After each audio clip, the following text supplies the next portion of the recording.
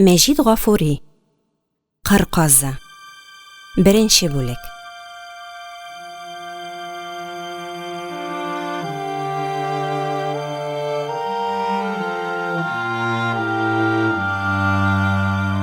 Безнең авылдан 2 генә чакрым чамасында җиргә төшкән ай кебек түгәрәк, көмеш тәңкә кебек ялтырап ята торган Ак күл дигән бик матур зур күл бар иде.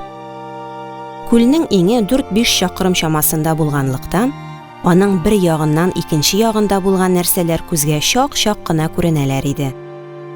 Җәй көннәрендә күлнең тирә-ягы бөтенләй дип әйтерлек яшел үләннәр һәм төрле игеннәр белән уратып алганлыктан, күлдән ерак түгел тау башыннан караганда, бу күл яшел хәтфә палас өстендә яткан түгәрәк көзге кебек ялтырап ята иде. Май ае керү белән күлнең тирә-ягында кешеләр кайнаша башлыйлар. Монда тирә-яктагы авыллардан хозур кылып ятыр өчен әллә ничаклы халык җыйналып, шунда уйнап көлеп көн үткәрәләр. Кич булса, күлнең кайбер урыннарында өелеп үскән камышлар арасында төрле су кошлары, төрле тавышлар белән кычкырып, шутылдашып, тирә-якны яңгыратып торалар. Күлнең тирә-ягы җәй буенча шулай җанлы, күңелле булып торса да, көз якынлашып, салкын җилләр исә башлау белән, күл бу җанлылыгын югалта, әллә нинди моңсу бер хәлгә керә. Кыр үрдәкләре һәм башка кошлар өер булып җылы якка китәләр. Кояш нуры астында ялтырап, күл өстен бөҗраландырып уйный торган балыклар да сикерүләреннән туктап аска төшәләр. Бу вакытта инде күл тирәсендә кешеләрне күреп булмый. Алар да монда килми башлыйлар. Бу вакытта Ак күл буе төн ягыннан көн ягына таба җылы якка күчеп бара торган кыр казларының туктап хәл җыеп, тамак туйдырып, хозур кылып китә торган урыннары булып әверелә. Бу вакытта һәр көн өер кыр казлары күлгә төшеп хәл җыеп, юынып, тагы да болыт кебек һавага күтәрелеп, кыйбла ягына очып китәләр. Аларның кыйгак дип какылдашкан, бер-берсе белән сөйләшкән тавышлары Ак күл буена ям һәм җан биреп тора.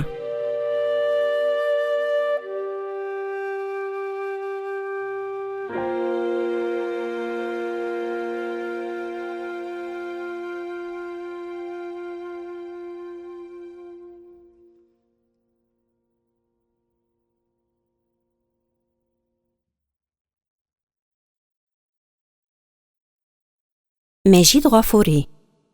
Кыр казы. Икенче бүлек.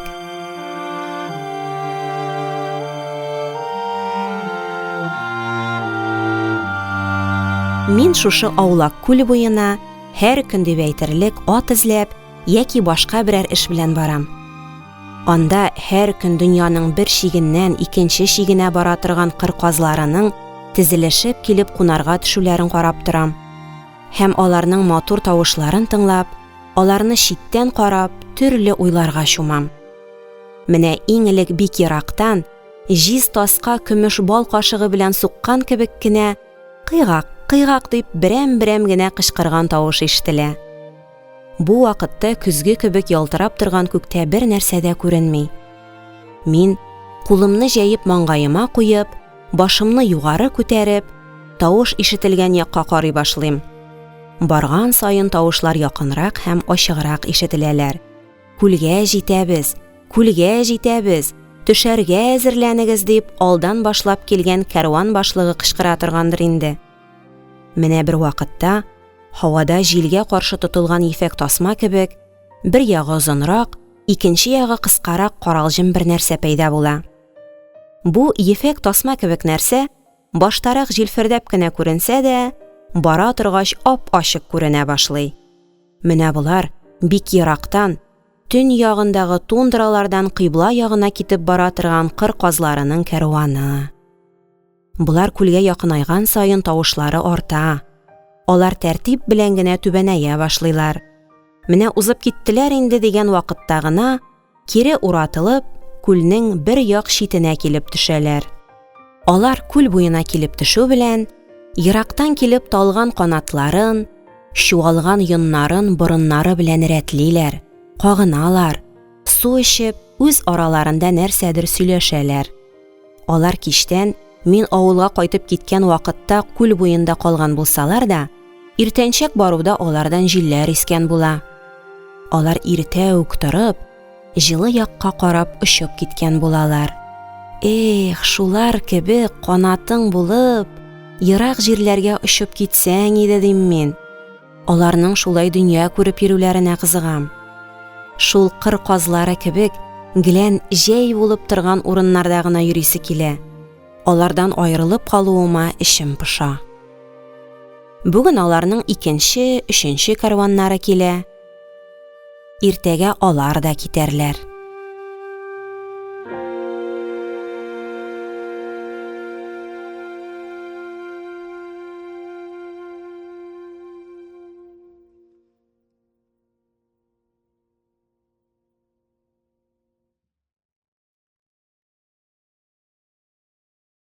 Мәҗит Гафури. Кыр казы. 3-нче бүлек.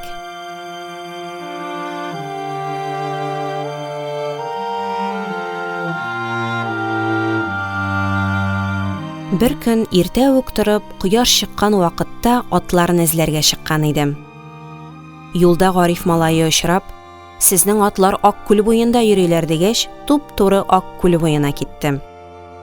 Үләннәр, җир өстендәге камыллар чык белән капланган иде. Чык ярып, күл буена барып җиттем.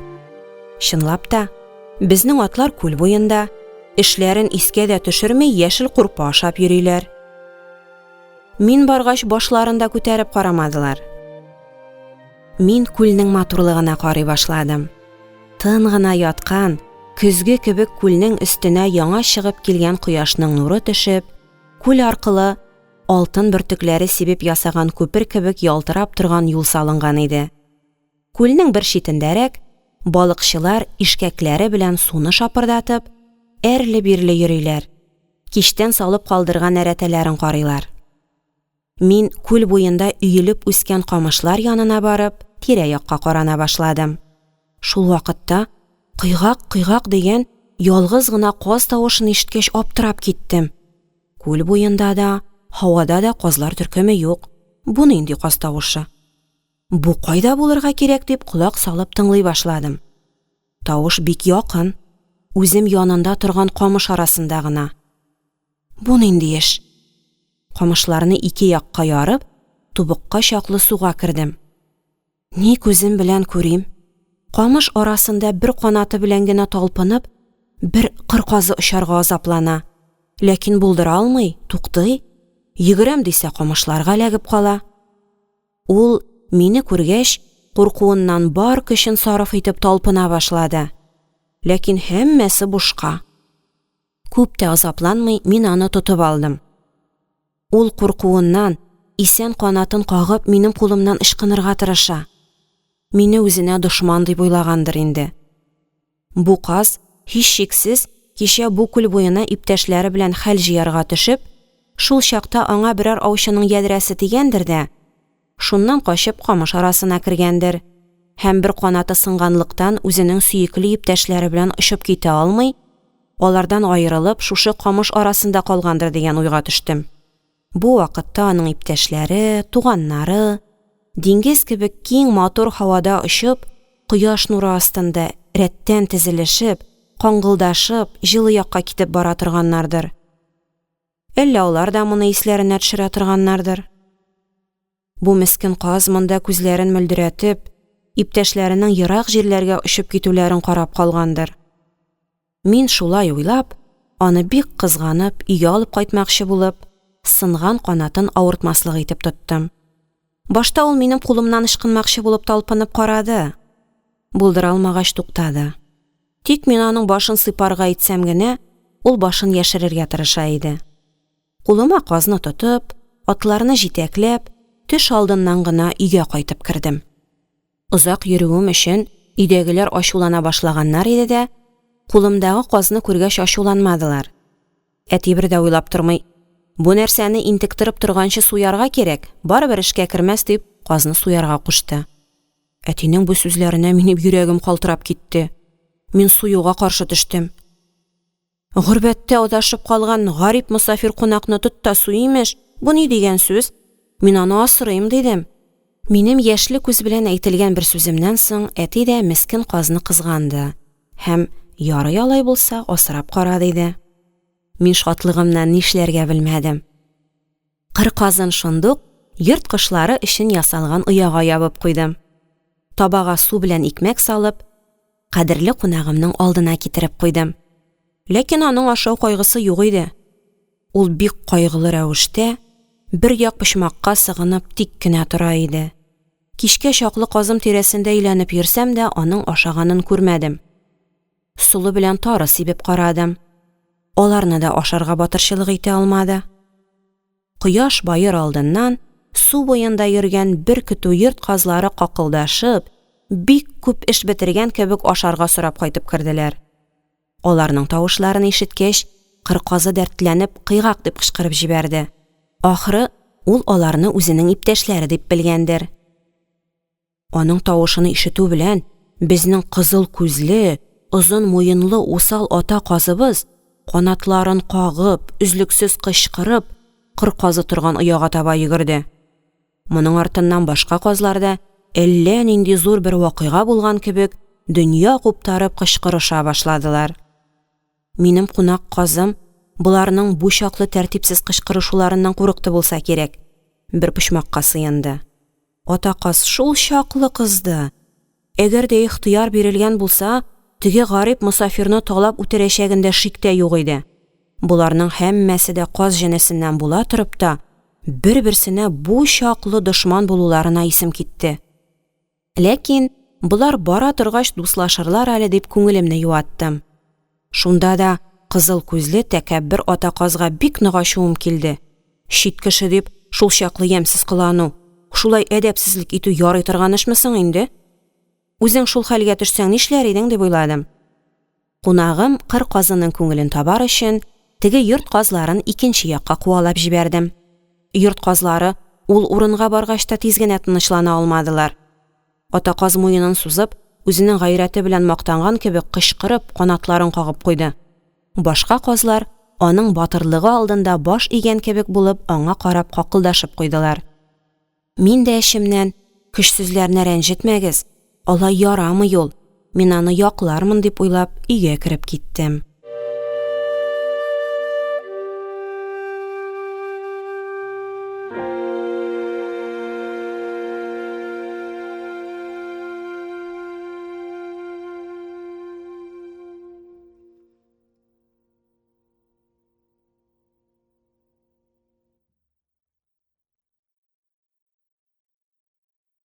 Мәҗит Гафури. Кыр казы. 4-нче бүлек.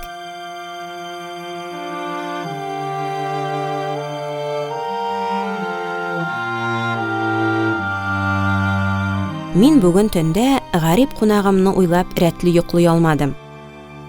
Бигрәк тә аның монда ялгыз калуын, иптәшләреннән аерылу хәсрәтен күрүен уйлап кайгырдым. Аның иптәшләре хәзер моннан бик еракта. Тагын да шундый бер матур күл буенда күмәкләшеп хәл җыя торганнардыр. Бу мескен монда ялгыз башы тора. Гомерендә күрмәгән урында яши. Шуның өстенә аны төрле дошманнардан саклау мәс'улияте дә бөтенләй минем өстемдә булганга күрә, аңа килгән аз гына күңелсезлектә минем эшемне пошырачак иде. Бүген гадәттәгедән иртәрәк тордым. Мин торып тышка чыкканда, йорт казлары ашарга сорап келәт тирәсендә кычкырынып дөньяны куптаралар иде. Мин чыгу белән алар мине сырып алдылар. Ләкин мин аларга әйләнеп тә карамый үземнең кунагым янына йөгердем. Мин барганда ул үзенең шушы тар урында күп көннәр буенча мусафирлыкта калачагын белгән кебек, ояга ияләшеп киткән сымак күренә иде. Мине күргәч башта тайчынса да, бераз торгач өйрәнә башлаган кебек күренә башлады. Мин кичтән салган азыкларның беразын ашап, суны да бераз эчкән иде. Моны күргәч, мин бик шатландым. Шунда ук табадагы суны алмаштырдым һәм яңадан сулы белән тары китереп салдым. Кунагым башта мин салган азыкларны тартынып кына ашый торган булса да, көннәр үтү белән акрынлап өйрәнә. Салган азыкны шунда ук ашарга керешә башлады. Шуның белән бергә Ул үзе дә мине үзенә якын күргән кебек була. Борынгы кебек мине күрү белән читкә тайшынмый иде. Чынлап та, аның хәсрәтен уртаклашкан, аның бөтен серенә төшенгән тик мин генә идем. Башка кешеләргә аның барлыгы белән юклыгы, исәнлеге белән сырхавы барыбер иде. Шулай итеп, безнең көннәр күңелле уза башлады. Ул миңа яхшы ук ияләшеп китте. Мин бу эштән бик шатландым. Эшләр шулай ару гына барган чакта күңелсезлек тә булып алды. Бер көн шулай үзем мәктәпкә киткән идем. Кайтып керсәм, ни күзем белән күрим. Мине бу мусафирымны кунак өеннән кемдер чыгарган, ата казаны пыр туздырып куып йөри. Ул мескен кая керергә белми. Бу эшне күргәч, кунагымны кызгануымнан ике күзем яшь белән тулды.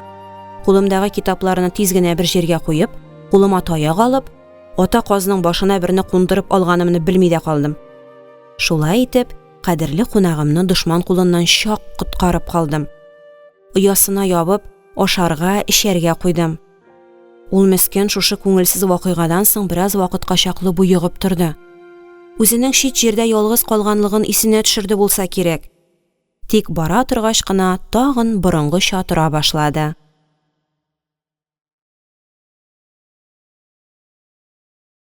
Мәҗит Гафури.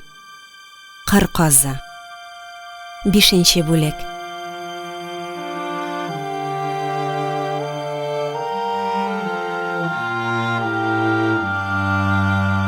Кыш керер алдыннан казның сынган канаты яхшы ук төзәлде.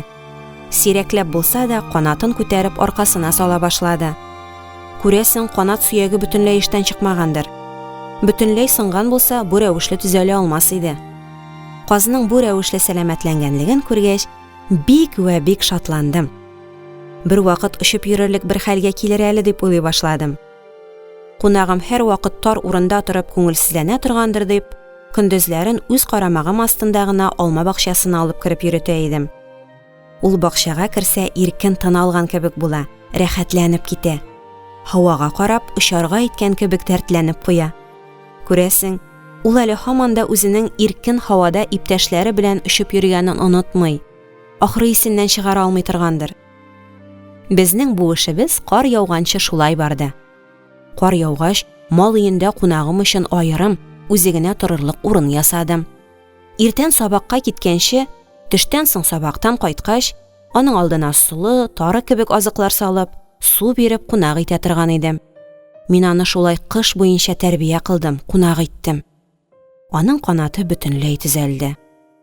Ул кай вакытта ишек алдында казларның кычкырганын ишетсә, башын ныклап күтәрә. Дәртләнеп китеп, үзе дә кыйгаклап җибәрә һәм канатларын күтәреп кагынып куя иде.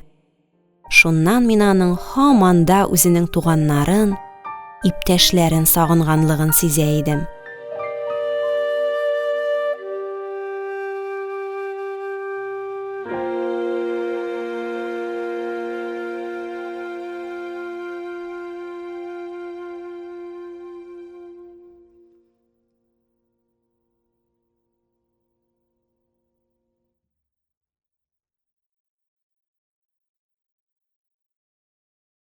Мәҗит Гафури. Кыр казы. 6-нчы бүлек.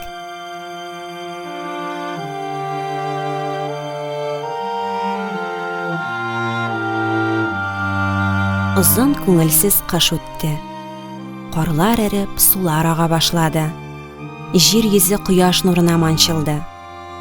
Җылы якка киткән кошлар безнең илгә килә башладылар. Менә бер көн мин иртән торуга сыерчык килгәнлә дигән сүзне ишеттем. Шундук урынымнан торып тәрәзәгә карадым. Чынлап та, иртәнге кояшка каршы өй янындагы сыерчык оясы өстендәге чыбыкка бер пар сыерчык кунган. Алар канатларын кагып, талпына сайрыйлар иде. Безне бик сагынып килгәннәр алар. Дәртләре, шатлыклары эшләренә сыймый. Шулай күңелләнеп сайрыйлар. Көннәр барган сайын матурланды. Кырларда карлар бетеп, кара җир өсте яшәрә башлады. Сулар ярларына сыймый агалар. Көз көне җылы якка киткән кошлар безнең авыл өстеннән үтеп төн ягына үтәләр. Хәзер минем кунагым булган кыр казы бигрәк дәртләнә башлады. Ул үзе монда йөрсә дә, күңеле әллә кайларда кебек булып кычкыра. Шулай итеп, үзенең иптәшләрен көткән кебек була иде. Менә бер көнне иртәнчәк, бик югарыда, еракта, кыйгак-кыйгак дигән кыр казларының тавышлары ишетелә башлады. Мин кулымны маңгаема куеп аяз күккә карадым. Чынлап та, төшлек ягыннан, бик югарыдан, ефәк тасма кебек җилфердәп, кыр казлары төн ягына таба үтеп баралар иде. Шуларның кыйгак-кыйгак дигән тавышларын ишетү белән, минем кунагым булган кыр казы үзе дә кыйгак-кыйгак дип кычкырып җибәрде һәм дәртләнеп китеп канатларын кага һәм бик җитезлек белән әрле-бирле йөрергә кереште. Бу вакытка чаклы аның һичбер булай ук дәртләнгәнен күргәнем юк иде. Мин аның бу дәртләнүенә һәм шатлануына аптырап карап тордым. Шул вакытта аның дәртләнүе тагын да артты. Теге һавадагы кыр казлары безнең авыл турысыннан үтеп барганда, ул артык уйлап та тормый, йөгереп алга табан бераз барды да, югары күтәрелеп оча да башлады. Һәм теге кыр казларына таба карап очып та китте. Мин гаҗәпсенеп карап тордым да калдым. Ул күздән югалганчы бик моңлы иттереп кыйгак дип кычкырды. Аның бу кычкыруы миңа иң соңгы сәламе һәм минем белән исәнләшүе иде.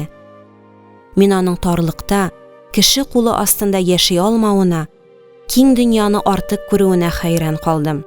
Ул шулай итеп, үткән ел аерылып калган иптәшләренә барып кушылды. Мин бу гарип кунагымны көз булган сайын искә төшерәм. Аны сагынам. Ул миннән мәңге аерылса да, мин аны оныта алмыйм.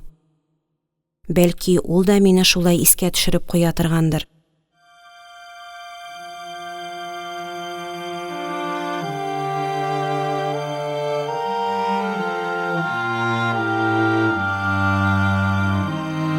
Әлеге һәм башка аудио китапларны tatkniga.ru сайтында бушлай тыңлый һәм йөкләп ала аласыз.